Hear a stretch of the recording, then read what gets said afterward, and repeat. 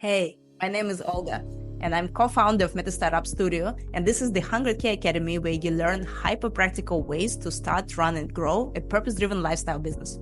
And today specifically, we're going to talk about how to build a personal brand as a new coach.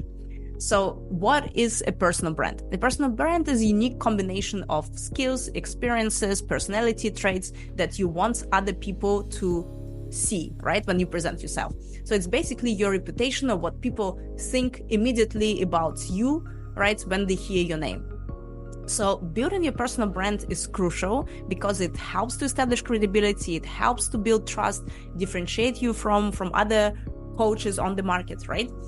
But there is a common misconception or something that I hear sometimes from the sales gurus are out there when they tell you that you don't need a niche, you just need to build a personal brand. And this is, I believe, where people make a lot of mistakes, and that's where they trip along the way. Because, so for one, people who are telling you that you don't need a niche but just need a personal brand are bullshitting you because they're not following their own advice. If you really look at them, so people who tell you this, they specialize specifically on fresh coaches, just like you are, who have a lot of mind drama about what their niche can be, should be, and like by targeting specifically you and telling you specifically what you want to hear and outlining specifically your problem, they are actually getting you as a potential customer. So if you really want to build a personal brand, you need to start with defining a very narrow and very specific niche. Why it is important? Because building a personal brand just for the sake of building a personal brand attracts no clients to you. I'll give you an example. So last year, I was experiencing a lot of workload and stress, and I started to have autoimmune issues. So this really rash around my eyes that was giving me a lot of troubles. So imagine you have this skin condition. I was not looking for just some nice people out there to connect to us, who has the best personal brand out there? Let me just reach out to them and see if they can help me with my autoimmune issues. So obviously I was looking for a specialist who will help me to specifically solve the problem that I had, right? So before you can start building a personal brand, before you can talk about certain personality traits or your tone of voice or the way how you position yourself, first you need to define whom you're serving with your coaching services and what their problems are and how specifically can you help them with what type of solutions, in what formats, at what price point, right? Once you identify a very, very narrow, specific niche where there is a very narrow, specific customer who is looking specifically for this type of services and this type of solutions, the problems they have, now, right, you can start highlighting in all your communication, starting with the bio on your social profiles, what is it that you do, whom specifically you help, and with what, and maybe even how, right? So this is one. Then you start talking in your communication about the relevant skills and experiences that you have specifically in this market field, specifically in this niche, right? That's how you become recognizable as an expert specifically solving this type of problems for these specific audiences, right? By the way, an advanced hack, if you're describing yourself in the About Me section on your website, on your LinkedIn profile, if you're doing any highlights for your Instagram or whatever that is, About Me is not actually about you. About Me is always talking and speaking to the customer that you are serving. So in this About Me section, you always need to highlight the experiences and skills that are relevant for the specific niche you are working in, to the specific field of expertise where you specialize in as a coach, right? So people can see that it is really relevant for them. Yes, you can include little facts that are maybe only talking about your specific personality, but actually people don't care about you. People care that their problems are being solved. So if they can recognize themselves in the description that you are giving them in your About Me section, that's already halfway the win and the possibility to sign these people as paying clients. have very specifically identified what is the problem that you're solving for your specific customer, you can talk about these problems in your communication, right? So your content strategy here needs to be a combination of educational, inspirational, behind the scenes content, right? But you need to talk to the pains that the customer is experiencing and describing them in very specific expressions, right?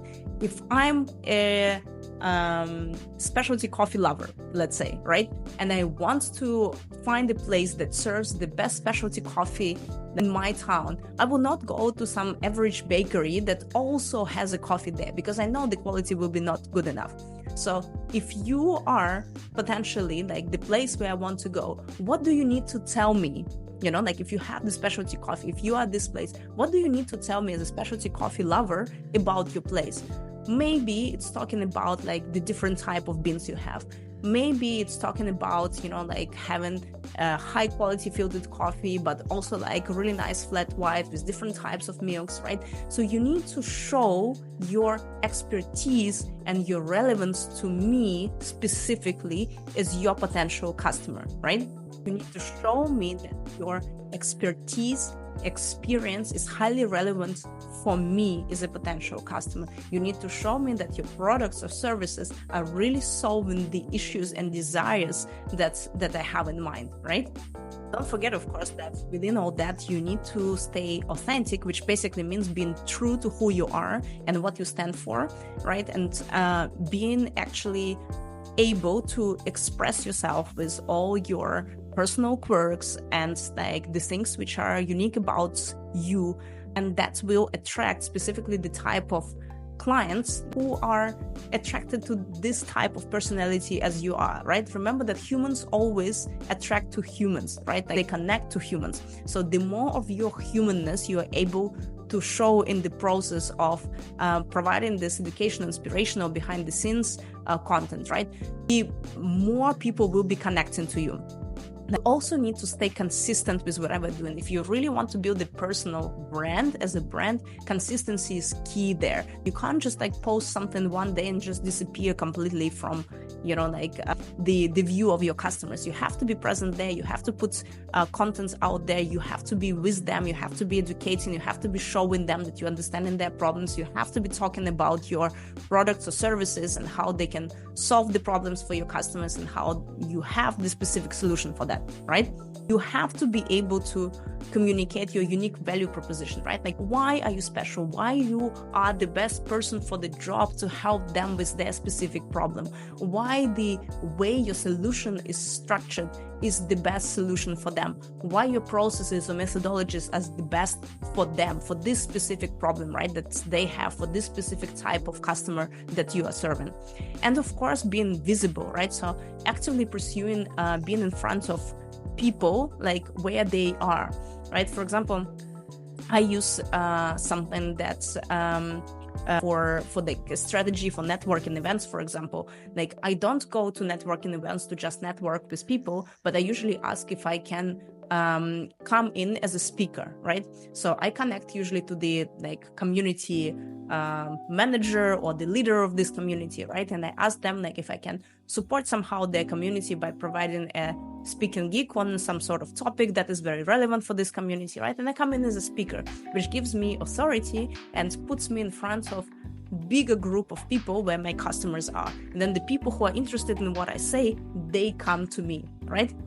You can do this with other community leaders, right? Like not only in like physical networking events, but also online. There are other people who maybe are running courses for the audience that is relevant for you, who are not your direct competitors, but maybe it's like a niche like next to yours, right? I don't know, for example, like you are helping people like with like somatic movements, like in your coaching, right? You might be working with the like therapists who are just like using like talking therapy, like as potential partners, and like collaborating with them to be able to get the clients, access to the clients that they already have, right? So find the relevant partners for you. If, I don't know, you are serving someone who is a tech founder, right? You might be working and collaborating together with the business incubators, where people have a lot of business tools but don't have the mindset support, right? So as a coach, you can like collaborate with like those kind of institutions to get access to the specific clients that you intended to serve with your services. And of course, in doing all these actions, you will need to measure everything that you do, look at the data, look at what is not working, right? How to optimize the way you present yourself, what specific words people react to the most, right? Like experiences they consider like the giving them the most like safety and trust to buy from you, what kind of like stories you are telling them that's really like make them connect to you and trust you to be the expert in what you do. So you always need to analyze the data that is coming back, right? And we're going to talk in a different video specifically about how to structure your marketing communication in order to get clients connecting to you and come to you and recognize you as the expert in what you do. And I'm going to talk about like the different things that you could put in there in order to do so. But just remember that in order to build your personal brand, first and foremost, you really need to define a very narrow and very specific niche. Really understand your customer, their problems, and what they wish they had in order to serve them like specifically with their problems and provide them with the solutions that they're really looking for. Once you are able to articulate this and start building yourself up as an expert in this area and optimize all the communication around that, talking about the relevant experiences and the relevant skills and the relevant stories and giving the relevant client testimonials about that, you will start building yourself as an expert in this niche. Once you start being identified as an expert, people will start craving to connect with you on a human level more and more, right? That's where you can give them like more of your authenticity, where you can give them more of the behind the scenes, your opinions on things unfiltered, your emotions, your feelings about different things, like about what is going on in your specific area of expertise, in your industry, the mistakes, the misconceptions that people have.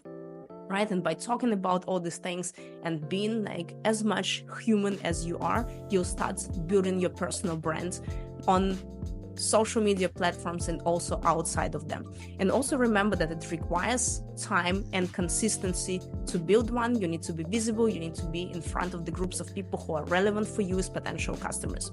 So bear this in mind and stay tuned for the videos which explain what content to put out there specifically in order to get paying clients in the door.